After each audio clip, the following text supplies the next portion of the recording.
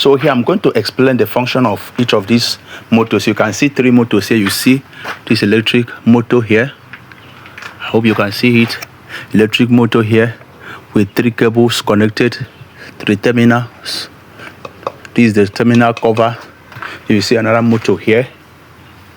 You see another 2 motors here, 1 and the second one. All of them are connected to this starter.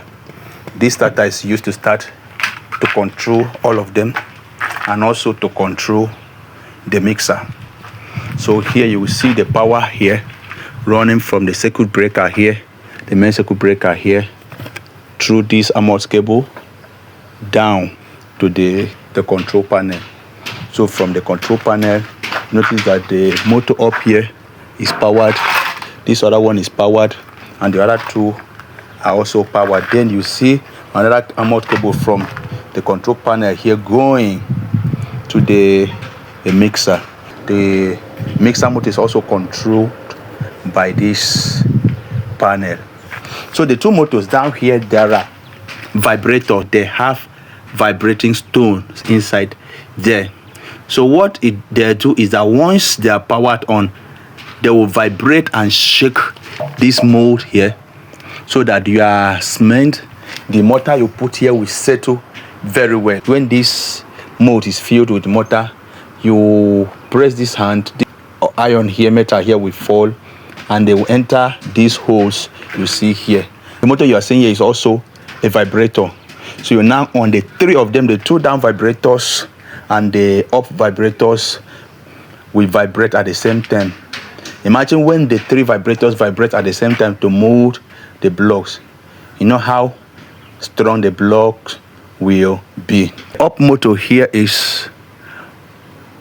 can rotate in 2 directions, the forward and the backward direction. If you look at the panel there, you will see 2 contactors controlling only this 1 motor.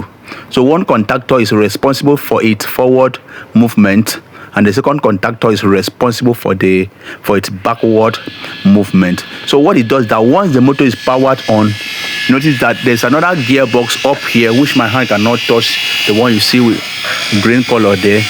So that gearbox, you see this belt now will convert the motion of this motor to that gearbox. That gearbox will turn, and this iron you see here, what it does, it converts rotary motion to linear motion. After the blocks are molded, then in order for you to remove the pallet here where the block will be, you have to lift this mold. How do you lift this mold? When the motor is powered on, now the motor will rotate, and this iron you see here, the lever will now do what? Will now lift the motor. That is a conversion of rotary motion from the gearbox to linear motion, and the mold will be lifted to a certain level, so that people that are responsible for carrying the molded blocks will now carry it from this and take it to where the blocks are kept.